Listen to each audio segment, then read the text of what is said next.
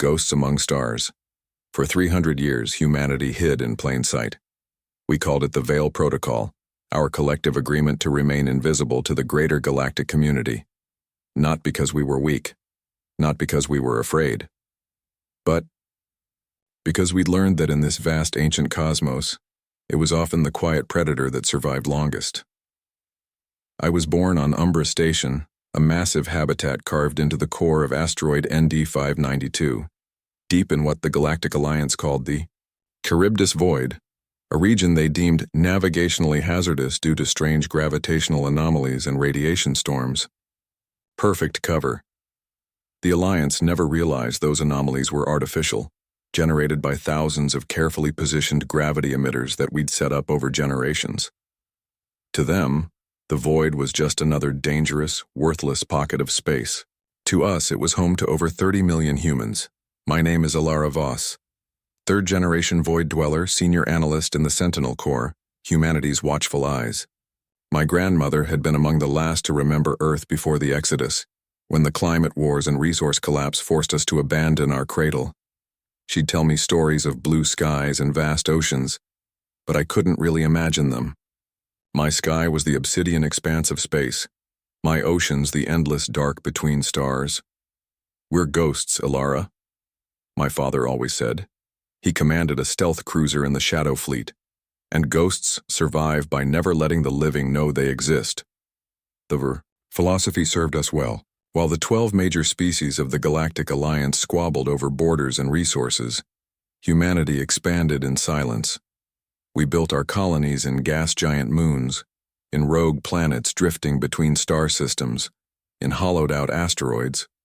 We developed technology that left minimal signatures, fusion drives that emitted no radiation, quantum communications that couldn't be intercepted, cloaking systems that bent light around our ships. We traded cautiously through shell corporations and proxy species, minor races who didn't ask questions when the payment was good. Some called it paranoia. I called it prudence. The Alliance species had been spacefaring for millennia before we left Earth.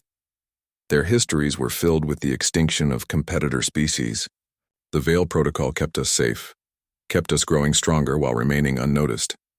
I was running analytics in the Deep Watch division when the first anomaly appeared. A routine scan of Alliance communication channels, which we'd been secretly monitoring for centuries, showed unusual fleet movements near the Perseus Arm. The Ketvalar, one of the dominant Alliance species, had mobilized a battle group without the usual bureaucratic preamble. Curious. Probably another border skirmish with the Tessin Collective, my colleague Mirai suggested, not looking up from her station. Nothing interesting. But it wasn't headed toward Tessin space. The fleet was moving toward a sector we called the Shroud, and the area where we had 3 developing colonies carefully hidden in nebula clouds. Colonies that should have been invisible to Alliance scans. I forwarded the data to command and went back to my regular duties.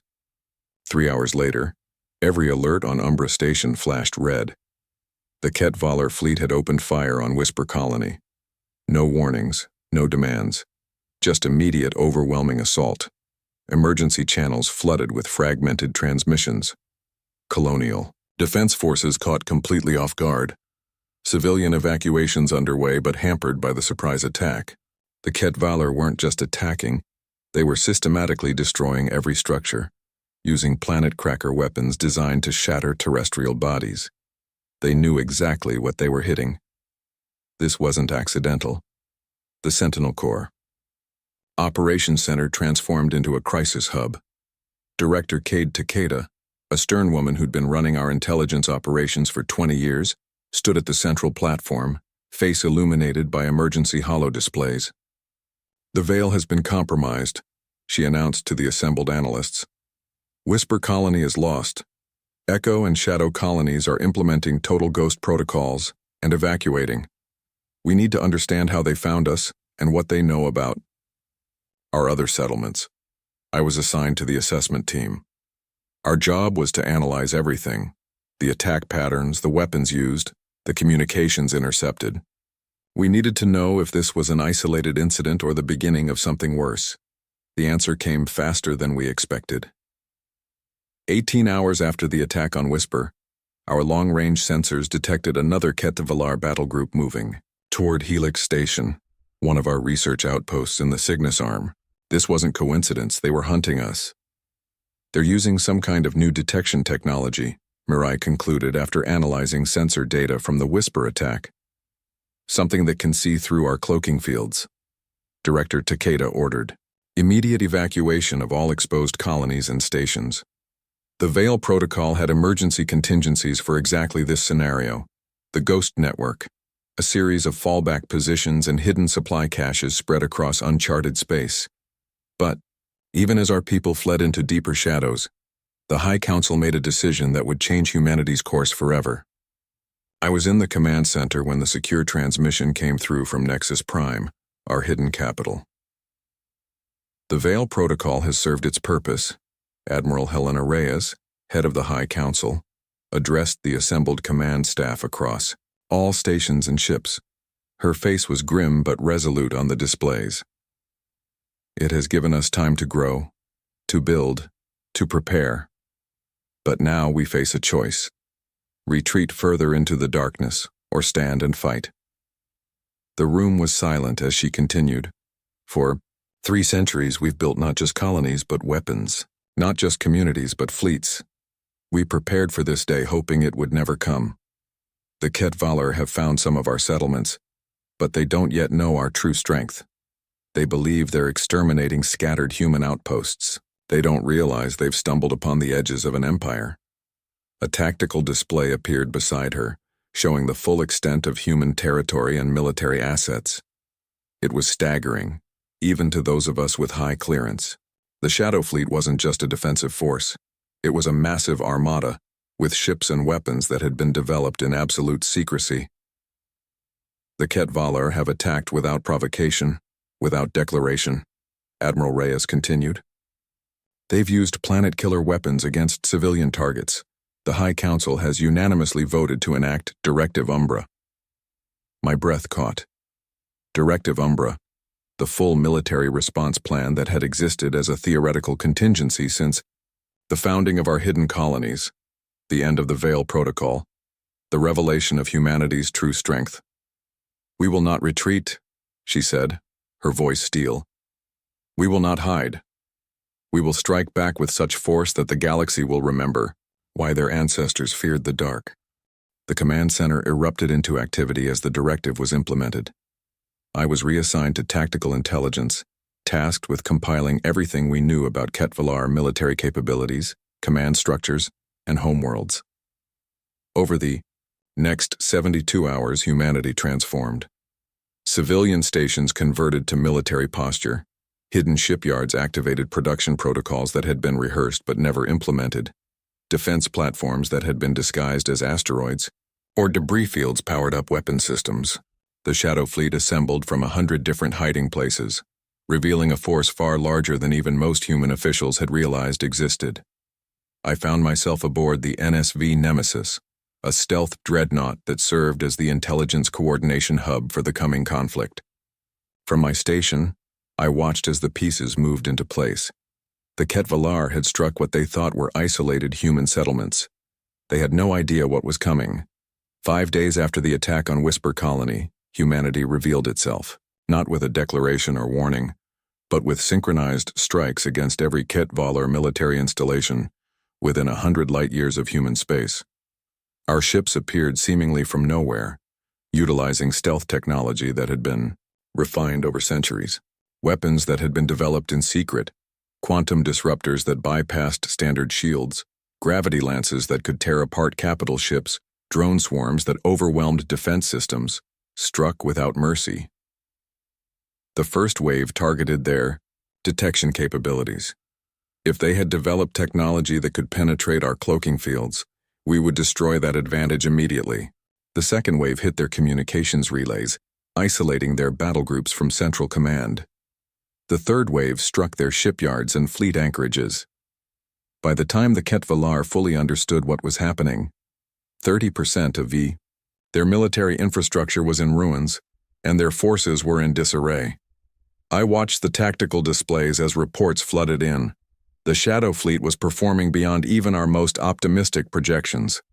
Centuries of preparation, of building, in secret of developing weapons and tactics specifically designed to counter the Alliance powers, were paying off.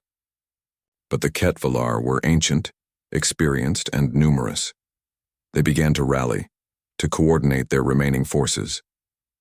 This wouldn't be a quick victory. It would be a war that would reveal humanity to the entire galaxy.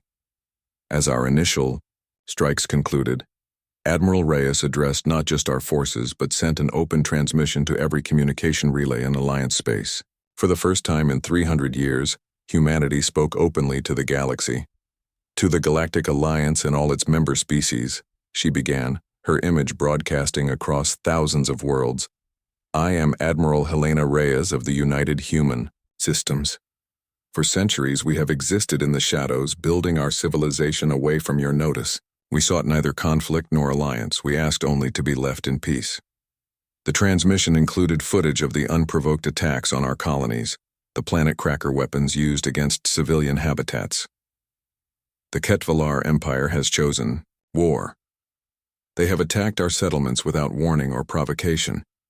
They have used weapons of mass destruction against our civilians. They have discovered that humanity exists, but they have yet to discover what humanity truly is. The transmission cut to images of our counterstrikes, the devastating effectiveness of our hidden fleets and weapons. Let this serve as both introduction and warning to all species of the Alliance. We are humanity.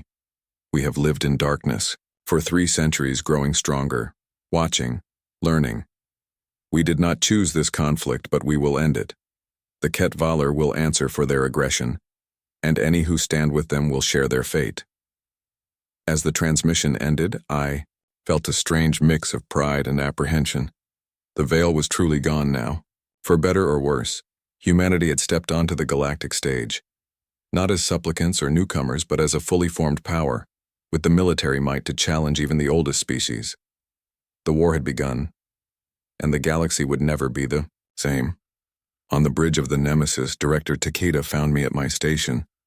For once, her perpetual frown had softened. Your analysis was crucial to the first strike package, she said, surprising me with the acknowledgement. We'll need that insight for what comes next. The Ketvalar will adapt. They'll call on their Alliance allies. This is just the beginning. Do you think we did the right thing? I asked, surprising myself with the question. Revealing ourselves like this? She gazed out at the tactical display, where reports of our successful strikes continued to update. The Veil Protocol was always temporary, Alara. You can't hide forever in a galaxy this connected. Better to reveal ourselves on our terms than theirs. She paused. Besides, humanity isn't meant for shadows, not forever. We have too much fire in us. As if to emphasize her point, another update flashed across the display.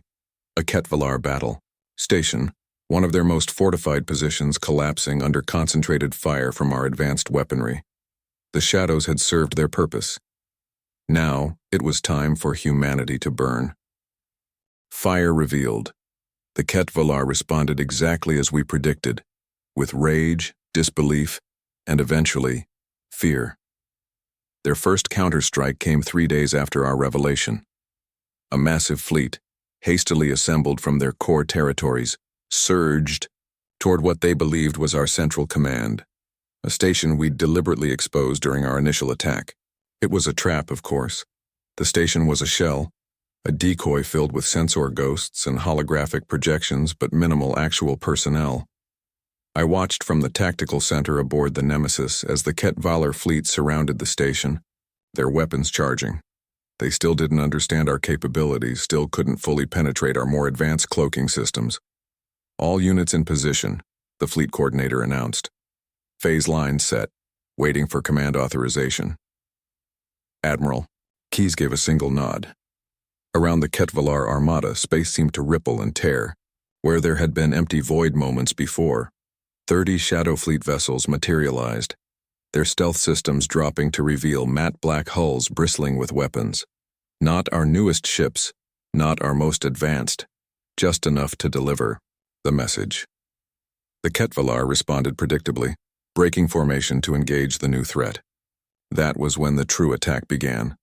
From directly beneath their fleet, rising up from a position of absolute tactical advantage, came our actual strike force, the Phantom Division, ships equipped with our latest phased matter drives and quantum disruptors. The battle lasted less than 20 minutes. The Ketvalar lost 87% of their ships. The remainder fled, jumping into FTL with such haste that 2 of their cruisers suffered catastrophic drive failures. Send the footage to all Alliance communication hubs, Director Takeda ordered when it was over. Make sure every species sees what happened here. Psychological warfare had always been part of the plan. For centuries, the Alliance races had believed themselves the undisputed masters of interstellar combat. We needed to shatter that confidence quickly, but victories rarely come without cost. Even as we celebrated the rout of the Ketvalar counterattack, reports arrived from the Arcturus sector. The Morrigan, one of our stealth corvettes, had been ambushed by a Ketvalar patrol using a new type of quantum resonance scanner. The ship was destroyed with all hands. They're adapting faster than anticipated, I noted during the emergency briefing. This suggests they're receiving technological assistance. Director Takeda's expression darkened. From whom? The answer came from our deep cover intelligence assets, sleeper agents who had lived disguised among Alliance populations for generations, ready to activate when the veil was lifted. The Ketvalar had called upon their oldest allies, the Vecrothi Conclave, master technologists who specialized in detection and counter-stealth systems. This changes our timeline, Admiral Reyes said during the High Council transmission. If the Vecrothi commit fully to this conflict, our technological advantage will erode more quickly than projected. We need to accelerate the Phoenix Protocol. Phoenix Protocol, the most closely guarded secret in humanity's arsenal, weapons, and technologies so advanced that even most of our military knew nothing about them, developed by a division that officially didn't exist, using principles derived from the ruins of ancient civilizations we'd discovered in our hidden exploration. 2 weeks into the war, I received new orders. Transfer to Phoenix Division. A shuttle delivered me to coordinates that existed on no chart, a station built inside a rogue planet that traveled between star systems on an irregular orbit, making it nearly impossible to track. Phoenix Station was unlike any human installation I'd seen before. The technology there seemed almost alien, because much of it was reverse-engineered from artifacts we'd recovered during our centuries of covert exploration. Scientists and engineers worked on systems that defied conventional understanding of physics. Weapons that didn't just destroy matter but erased it from existence.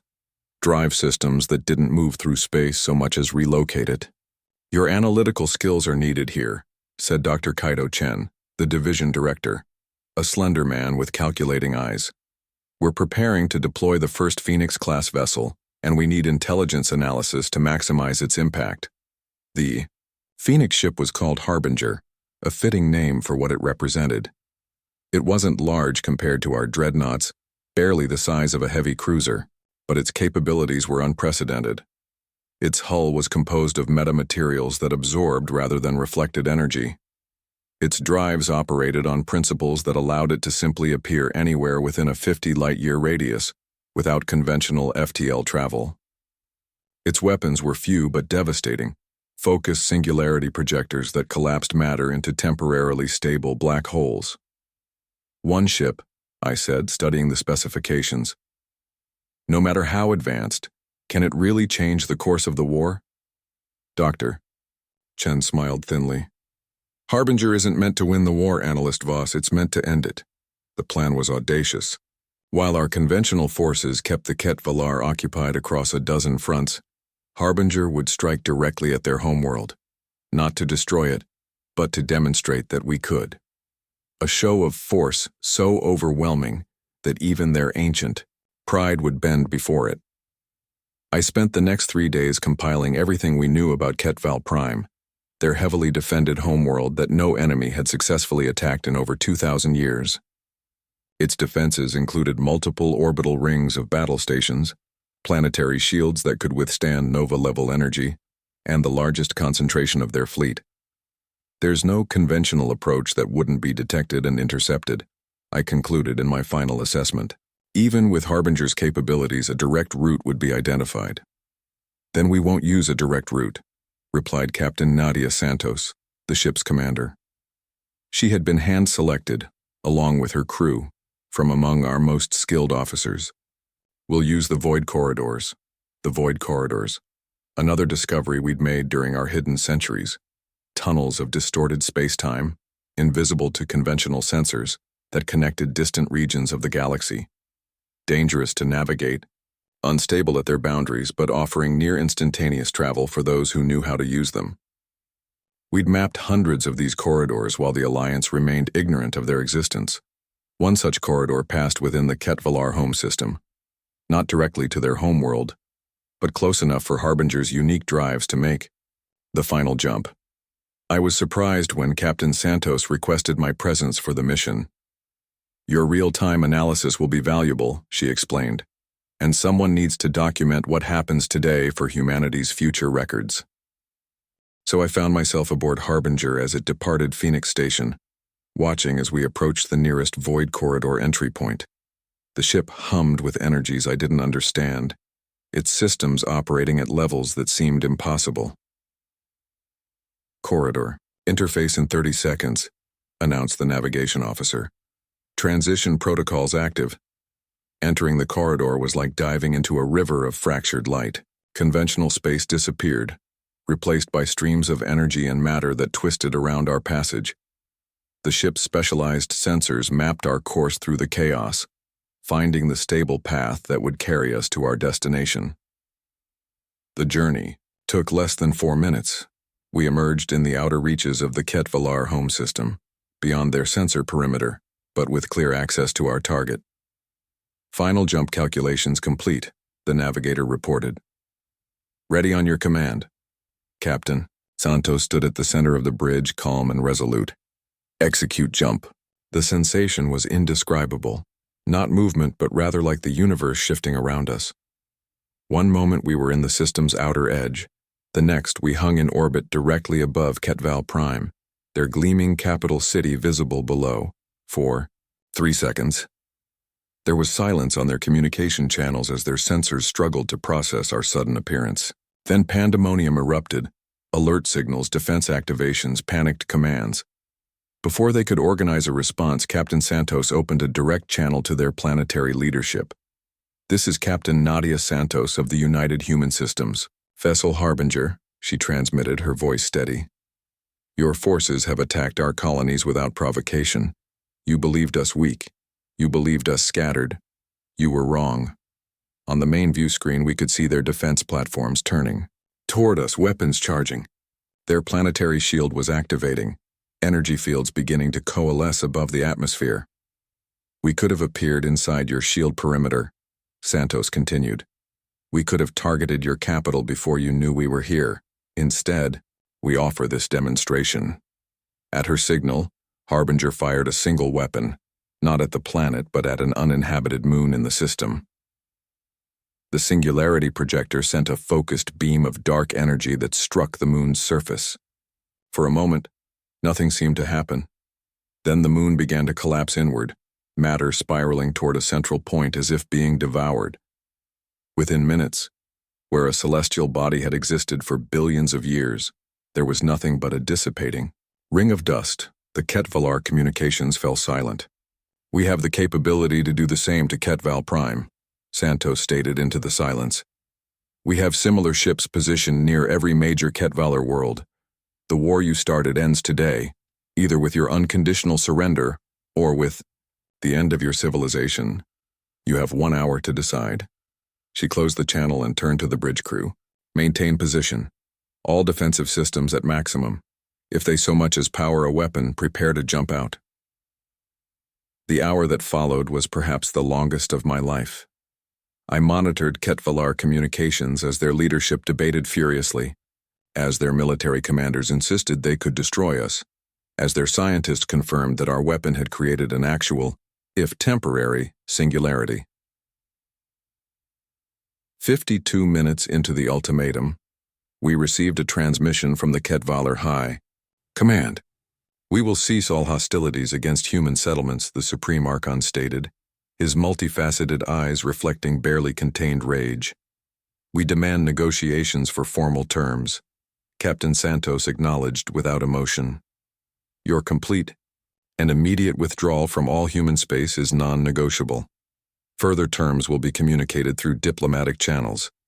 Any continuation of hostilities will be met with the response we have demonstrated. With our mission complete, Harbinger jumped away, leaving the Ketvalar homeworld intact but their sense of invulnerability shattered forever.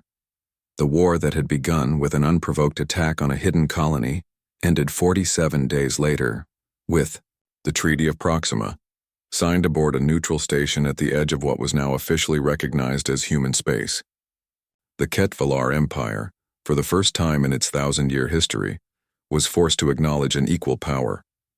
More significantly, humanity was formally recognized by the Galactic Alliance, not as a minor species seeking protection, but as a major power demanding respect. They fear us now, Director Takeda observed as we watched the treaty signing. That was never our goal when we implemented the Veil Protocol. Perhaps fear is a necessary first step, Admiral Reyes replied. Fear will keep them cautious while we establish a new equilibrium. In time, fear can become respect, and eventually, cooperation. The aftermath brought rapid changes. Human diplomatic corps, prepared for centuries but never deployed, established embassies on major Alliance worlds. Our technology, much of it superior to Alliance standards, became highly sought after in galactic markets. Our hidden colonies emerged into the light, revealing the true extent of human civilization. Some of our people struggled with the transition. Generations had lived with the Veil Protocol, with the mindset of secrecy and caution. Now we were visible, exposed, part of the greater galactic community. I returned to Umbra Station, which had transformed from a hidden intelligence hub to a bustling diplomatic center. My role had changed too, from analyzing threats to facilitating understanding between species that had never encountered humans before. One evening, as I stood in the station's newly constructed observation deck, watching ships from a dozen Alliance or worlds dock with what had once been our most secret facility, my father joined me. He'd retired from the Shadow Fleet, which had now been reorganized into the Human Defense Force. Strange, isn't it? He said, gesturing to the diverse vessels. After all these years hiding from them, now we invite them in. Do you think we revealed ourselves too soon? I asked, voicing the doubt that still lingered among many. He considered this, watching an elegant Vecrathi diplomatic vessel maneuver into a docking position. The Veil Protocol was never meant to be permanent, Ilara. It was a strategy for survival until we were strong enough to stand on equal footing. The Ketvalar forced our hand, yes, but perhaps it was time. And now? Now we face new challenges, building alliances instead of hiding from them. Learning to coexist rather than simply observe. It won't be easy. He smiled slightly. But humanity has always adapted. It's what we do best. Beyond the viewport, the galaxy stretched out before us, no longer a place to hide within, but a community to join, on our terms. With our strength recognized and our voice heard, we had risen from the shadows, forged in secrecy but ultimately destined for the light. Whatever came next, humanity would face it, not as ghosts, but as fire revealed.